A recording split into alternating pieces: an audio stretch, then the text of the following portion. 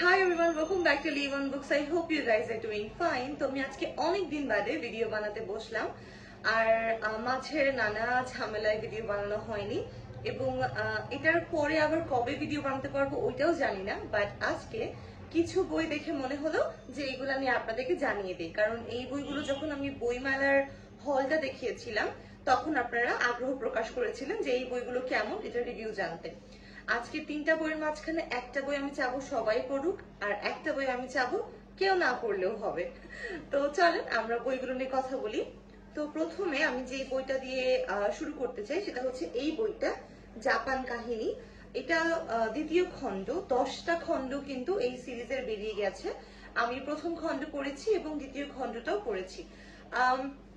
Japan কাহিনী নিয়ে আমার আগ্রহের শুরু বেসিক্যালি একজন বুকস্টাগ্রামারের ইনস্টাগ্রাম ফিডে আমি কিছু জিনিসপত্র দেখেছিলাম, এই বইটা দেখেছিলাম, তো সেখান থেকে আমি একটু ঘেটে ঘুটে দেখলাম যে এই বইটা আসলে কি নিয়ে। তো ছোটবেলা থেকে জাপান নিয়ে একটা স্পেসিফিক আগ্রহ তৈরি হবার পেছনে আমি বলবো মাঙ্গা, কার্টুন কার্টুন এটা না, এটা মাঙ্গা পুরা জিনিসটা, বাট এটার একটা বড় অবদান আছে। এবং লেটলি জাপানিজ ফিকশন পড়ার মাধ্যমে, স্পেশালি নরওয়েজিয়ান উড যখন আমি পড়া শুরু করলাম, বা তারপরে আরো যে বইগুলো পড়েছি, মেইকো কাওয়াকামির বই যদি আমি বলে থাকি, তো এই অথারদের বই পড়বার পরে জাপানের স্ট্রিট লাইফটা নিয়ে আমি খুব ইন্টারেস্টেড হয়ে যাই যে আচ্ছা ঠিক আছে, ওখানকার মানুষের ফিলসফি কিরকম, ওদের পড়াশোনা কিরকম, ওদের আপব্রিঙ্গিং, থট প্রসেস, ওদের রিলিজিয়াস প্র্যাকটিস থেকে থাকলে সেটা কিরকম, অথবা সোসাইটাল রুলস এন্ড রেগুলেশনস কিরকম। তো এইসব বিষয় নিয়ে আগ্রহ তৈরি হবার কারণে আমি এই সিরিজটা হাতে উঠিয়ে নিই। জাপান কাহিনীর দ্বিতীয় খণ্ড, এই বইটায় স্পেসিফিকলি কি কি বিষয় নিয়ে কথা বলা আছে ওটা যদি আমি আপনাদেরকে একটু বলে শোনাই। এখানে আসলে ভূমিকাটা দেয়া আছে যে হচ্ছে এই এক্সাক্ট বইটাতে কি কি নিয়ে কথা বলেছে জাপানের। তো চলেন আমরা আসলে ওইটা একটু দেখি যে এক্স্যাক্টলি এখানে কি কি নিয়ে কথা বলা আছে। তো এখানে জাপানের খাওয়া দাওয়া, জাপানিদের নাম, ঘটকালি, উদ্যোক্তা, আচরণ, ডিজাইন, জাপানের মৃত্যুদণ্ড এবং কার্যকর পদ্ধতি, হালাল ফুড ব্র্যান্ডিং, জাপানি চাবিওয়ালা, জাপানের হাসপাতাল, জাপানি সেক্রেটারি, জাপানের ঈদ, জাপানের পুলিশ, দধিফাত, হিরোশিমার হিরোরা, ভাইয়ের আদরের ছোট বোন, হাই স্পিড ট্রেন, বাড়ি ভাড়া এবং বাসা বদল, বাংলাদেশে জাপানি, জাপানি প্রেম ভালোবাসার বিয়ে, জাপানে ফেসবুকে জাপানি কাহিনী। তো এই বিষয়গুলো নিয়ে আপনি ছোট ছোট করে দেয়া আছে যে এই বিষয়গুলো কিভাবে ওখানে ওয়ার্ক করে। খুবই ইন্টারেস্টিং, যদি নতুন কালচার নিয়ে, নতুন দেশের এই সকল বিষয় নিয়ে জানতে ইচ্ছা করে তবে it's a very very very good read. So এটা আপনারা অবশ্যই পড়তে পারেন। তো এরপর যে 2 নাম্বার বইটা দেখাবো সেই বইটা আমি খুব আগ্রহ করে কিনেছি, বিকজ এই বইটা যিনি লিখেছেন তার আমি বেশ ভালো রকমের ভক্ত। হ্যাঁ, বইটা হচ্ছে 3, অন্তিক মাহমুদের এই বইটা 3। হ্যাঁ, তো এটার যে কাভারটা দেখতে পাচ্ছেন, এখানে একটা ছেলে, একটা ছোট বাচ্চা আর একটা মেয়ে। হ্যাঁ, এটা নিয়ে হচ্ছে একটা গল্প। এটা একটা মিস্ট্রি থ্রিলার কাইন্ড অফ এর জিনিস, অ্যাডভেঞ্চারাস থ্রিলার অথবা অ্যাডভেঞ্চার যদি বলি তাহলে মনে হয় বেস্ট স্যুট করে। তো এখানে দেখা যায় যে মেইন ক্যারেক্টার সে এরকম একটা গোপন সংস্থায় কাজ করে যারা বেসিক্যালি সিক্রেট কিছু মিশন চালনা করে থাকে, এবং সেখানে গিয়ে একটা সিক্রেট মিশনে একটা জায়গায় যেতে হয় এই মেইন ক্যারেক্টারকে, এবং সেখানে যাবার পথে তার স্কুল বন্ধু একটা মেয়ে, তার সাথে তার দেখা হয় এবং কিভাবে কিভাবে সেও যেন এই মিশনের মধ্যে জড়িয়ে পড়ে। এটা হচ্ছে গল্পের খুব সিম্পলিস্টিক একটা ভার্সন, বাট এই গল্পটা আমার একদম ভালো লাগেনি। ভালো না লাগার যে কারণগুলো সেগুলা বলি চলেন। তো এখানে একটা মজার জিনিস করার চেষ্টা করা হয়েছে, আমি একটু দেখাই। এক্সিকিউশনটা ভালো না আমি বলবো, কিন্তু এবং আমি জানি না, এই বইটা কিন্তু ভালো দাম দিয়ে কিনেছি এবং একবার পড়তেই এটার পাতা কিন্তু খুলে এসেছে। সো প্যাকেজিংও যত সুন্দর দেখে মনে হচ্ছে, নো নট এট অল। আচ্ছা, তো আমি এরপরে যা বলতে চাচ্ছি সেটা হচ্ছে গিয়ে এখানে একটা মজার জিনিস আছে, সেটা হচ্ছে গিয়ে দেখতে পাচ্ছে নাকি জানি না, বলছে যে বইটি পড়ার নিয়ম। আচ্ছা, তো এখানে একটা মজার জিনিস করার ট্রাই করেছে, যে এই জিনিসটা দেখে বেসিক্যালি আমি বইটা কিনেছি। এখানে কিছু ঘটনা একটা চ্যাপ্টার বর্ণনা করা থাকে এবং চ্যাপ্টারের শেষে ধরেন একটা প্রম্পট দেয়া থাকে। কিরকম প্রম্পট? বলা হয় যে এই চ্যাপ্টারের শেষে এই ঘটনাও ঘটতে পারে, ওই ঘটনাও ঘটতে পারে, এবং দুইটার একটাও ঘটতে নাও পারে। আপনার যদি মনে হয় ঘটনা 1 ঘটেছে তবে চ্যাপ্টার 2 এ যাবেন, আপনার যদি মনে হয় ঘটনা 2 ঘটেছে তাহলে চ্যাপ্টার 4 এ যাবেন, আর যদি মনে হয় যে আপনি ডিসিশন নিতে পারছেন না কোনটা ঘটেছে, একদম যেই অর্ডারে বইটা আছে ওই অর্ডারে পড়তে থাকবেন। তো আমার কাছে তো আমি বেশ ইন্টারেস্টেড হয়ে যাই যে আরে ভাই এটা কি ধরনের গেমিং স্ট্র্যাটেজি বইয়ের মধ্যে যে এক ঘটনা থেকে আরেক ঘটনায় জাম্প করতে পারছি। বাট ইভেনচুয়ালি আমি যখন পড়ে দেখেছি ব্যাপারটা আসলে যেই লাউ সেই কদু, কোনো দরকার ছিল না এই গেমটা পুল করার, কারণ স্ট্র্যাটেজি গুলো যেভাবে সাজানো একটা তো মোটেও ইন্টারেস্টিং না আর মোটেও ওয়ার্থিট না। যদি এরকম হতো যে ঠিক আছে ন্যারেশন চেঞ্জ হয়ে যাওয়ার ফলে ঘটনাটাও চেঞ্জ হয়ে যাচ্ছে এবং ইট ডিপেন্ডস অন ইউ আর কি, যে ঘটনাটা কিভাবে পারসিভ করছে, ব্যাপারটা একদমই তা না। সো আমার কাছে জানি না কেন বইটা একেবারে ভালো লাগেনি, খুবই ম্যারম্যারা টাইপের স্টোরি। যদিও যারা টিনেজে আছে একেবারে ওদের ভালো লাগলেও লাগতে পারে, বাট আমি বলবো যে it's not worth it. I am someone who is in love with Antik Mahmud. I love his craft, but sadly এই বইটা আমার একদমই জমে নাই। আমি 250 করে দেখতে চাই by the way. So yeah, that's the book.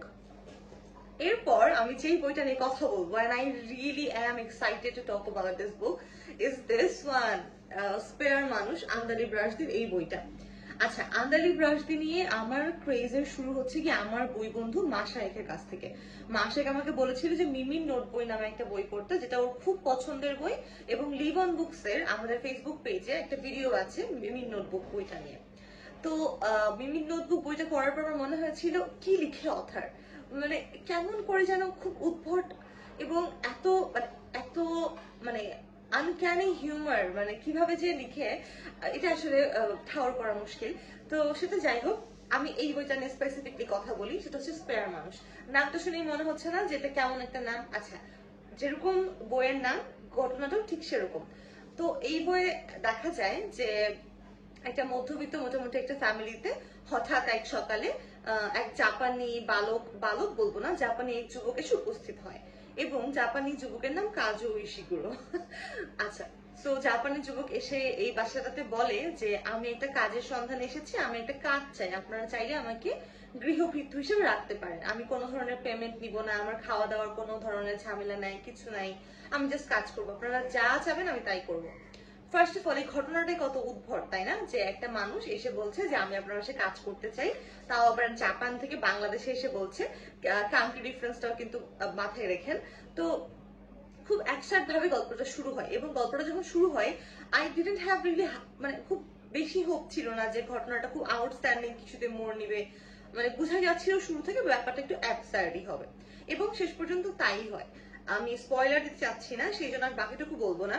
But এই ঘটনার পর এই গৃহভৃত্য এই বাসায় এসে নিজেকে বিলিয়ে দিতে চাওয়ার পর থেকে যা যা হয়, এটা পড়ার জন্য পাঠকের অবশ্যই চোখ রাখতে হবে, মানে চোখ রাখতে হবে না সেন্স কিনতে হবে, এই বইটা কিনে পড়তে হবে।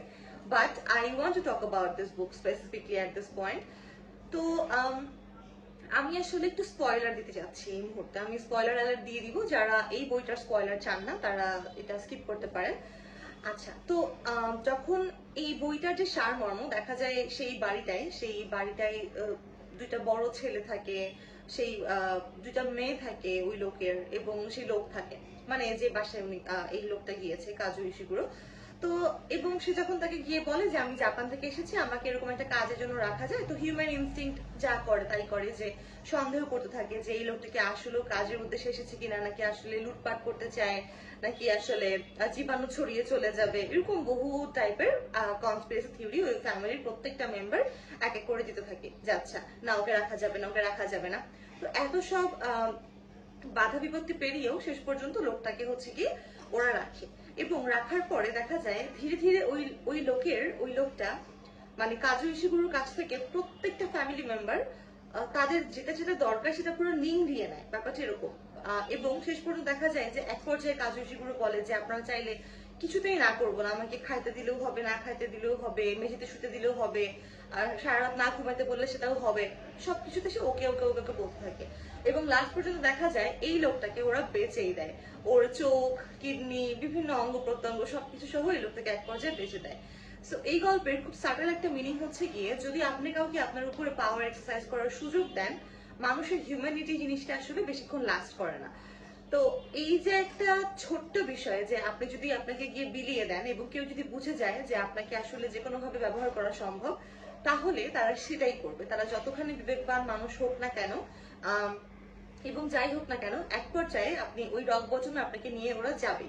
তো এই পুরো বিষয়টা এত হিউমারাসলি প্রেজেন্ট করা, খুব ছোট্ট একটা মেসেজ, খুবই ছোট একটা বিষয়, but the presentation, the fiction style, the humour apt. আমি খুব কম লেখকের লেখা পড়েছি বর্তমান বাংলায় যারা লিখছেন, তাদের মধ্যে উনি একজন যে এত আড়ালে আবডালে থেকেও এত এত বই উনি লিখছেন, এবং প্রত্যেকটা বই আপনারা বিশ্বাস করবেন কিনা জানি না, এই একটা বইয়ের কপি আমি বইমেলা থেকে 3 থেকে 4 জনকে গিফট করেছি, এবং আমি 2বার গিয়ে শুনেছি বইটা স্টক আউট হয়েছে।